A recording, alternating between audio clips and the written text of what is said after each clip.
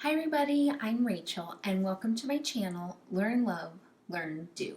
As you can see, I have my Mother's Day decorations up still. I just did not have the heart to take them down. My 6-year-old really put a lot of thought into the day, so I just have left them up and I've been enjoying them since Mother's Day. In last week's episode, I mentioned that with summer coming, we might want to give some thought to our kiddos' daily routine and to keep some structure to our days. Maybe in the past you have struggled with the looser feel of the summer days, or maybe you have always wanted to have a routine in place but have struggled to meet everyone's needs. So in this week's video, we're actually going to compare and talk about the differences that exist between a routine and a schedule. Routines are habit-based and they're about forming good habits, and schedules are more solely based on the clock and what the clock says you should be doing. And we'll take a look at some helpful components and some hurtful mindsets around what it takes to build a routine.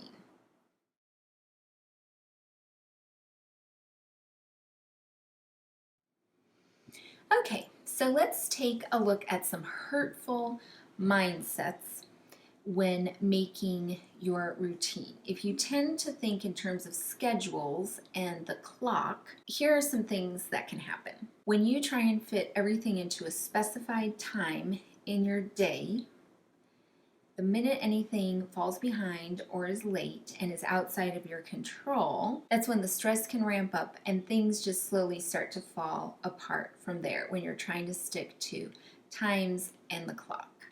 Schedules can look on paper like you're able to fit everything in, but as you go about your day and you try and move through everything that's been scheduled, oftentimes what we find is we've over scheduled, and so there's not a lot of room for events and people to move freely in a schedule.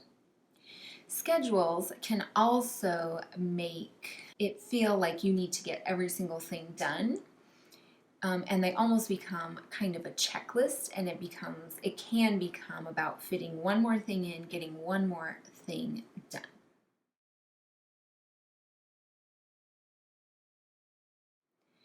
So now let's take a look at some helpful components of building a routine. A routine can have specific times that certain things need to happen, especially if you're all needing to leave the house, or if there's an appointment for the day, or if there's some camp or activity you have to get to, you want to be on time.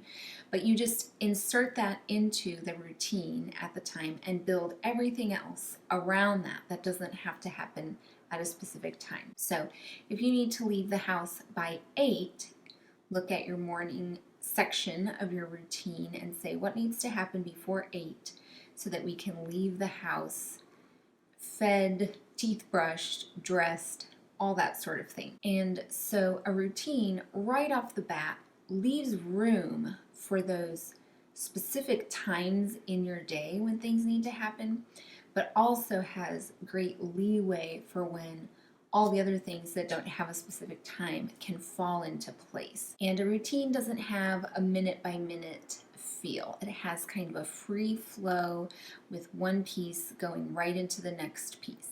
You just put those where they work for your family. The other great thing about routines versus schedules is a routine leaves room for the people in your life who live with you and are doing the routine with you to have the day they're going to have, to try the best that they can do that day.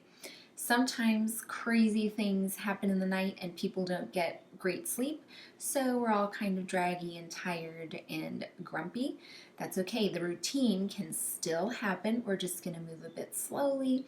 We're just going to get done what we can get done and maybe let some things go. Versus a schedule, you're already falling behind when you're tired and grumpy, and it just gets worse from there. So the routine allows for doing what we can do on any particular day and recognizing that every day it's going to be different for every member in your family.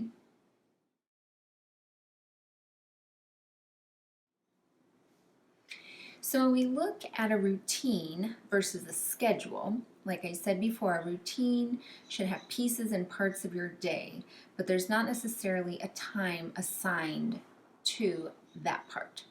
So if I'm talking about a routine, I would say our morning routine, and then I would fit all the pieces and actions that need to happen in the morning. So we wake up, we eat breakfast, we get dressed, we do morning chores, and then you can think in your mind, what is the next section? Is the next section outside play? Is the next section my kids are at a camp or at daycare and I'm at work? And what needs to happen in that chunk? So when you're building a routine, you want to just think about everything that needs to happen in chunks of your day that you've listed out.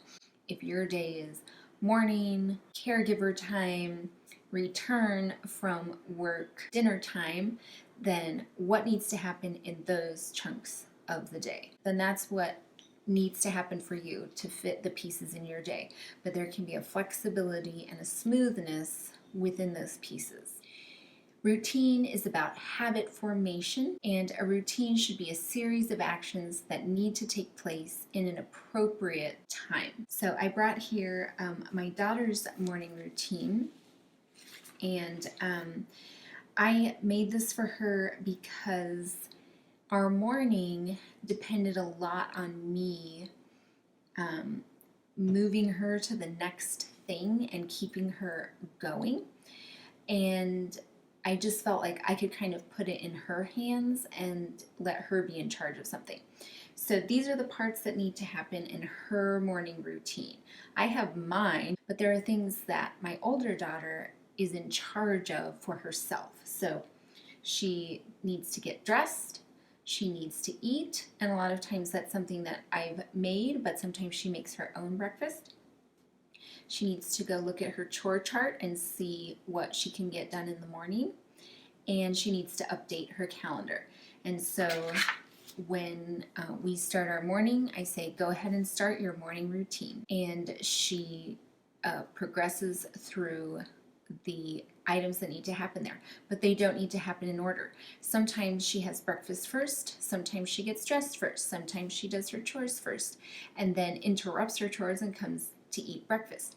Just by the time her morning routine is over, all of those components need to be done so we can move on to the next thing, which is usually school. So different people, depending on their age and maturity level, can be given certain components of their day that they're in charge of. What I was trying to do with my daughter is automate a process that was not automatic for her. She depended on me to tell her the next thing to do in the morning, and I just felt like that wasn't necessary. So here's what you need to do, and you are in charge.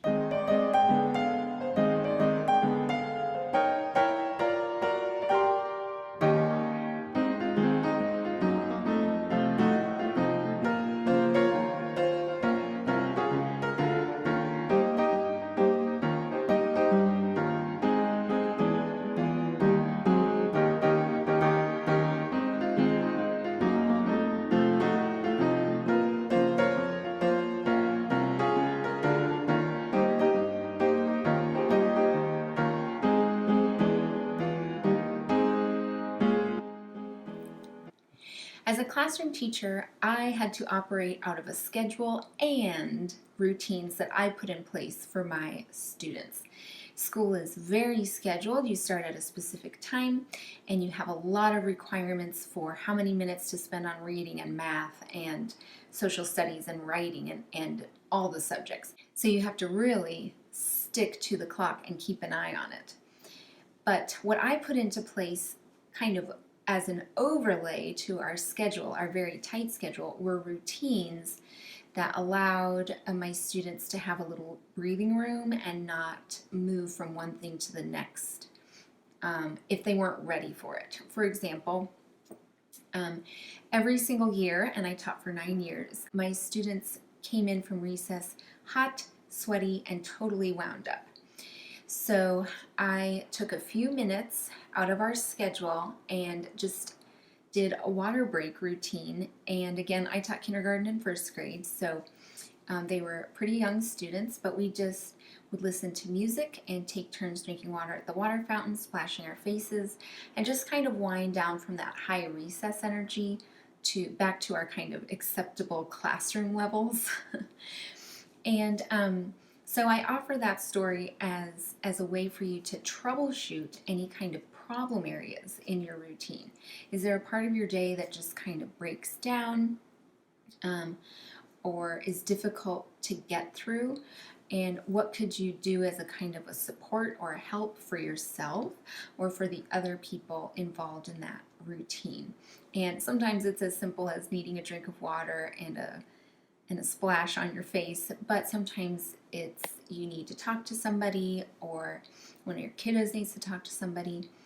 And so if you have space that the routine offers, you can take a look at the people around you and see what they need and check in with yourself and see what you need to keep moving through your routine and have your day together. And I completely recognize that adult life dictates that certain things are scheduled. If you have to work from 8 to 5, then that part of your day is scheduled for you, but the morning is yours to build a routine with your family, and so is the evening when you return home. And so the two can work together because we're not always in control of all the things that need to happen in our day, but for the things we can control, we can build a routine and give a sense of structure and flexibility for ourselves and for our families. All right, so those are my bits of advice on routines versus schedules and getting you to think about the differences that exist between the two and the pieces that need to go into your routine to make it livable and manageable for your busy days and free-flowing summer. If you liked what you heard today, give my video a thumbs up and don't forget to subscribe to my channel to see more videos like this. Leave a comment down below and I'll be sure to get back to you, especially if there's some topic that you'd like to hear about that I haven't covered yet. And thanks for joining me again today on my channel, Learn, Love, Learn, Do, where we love to learn and learn to do.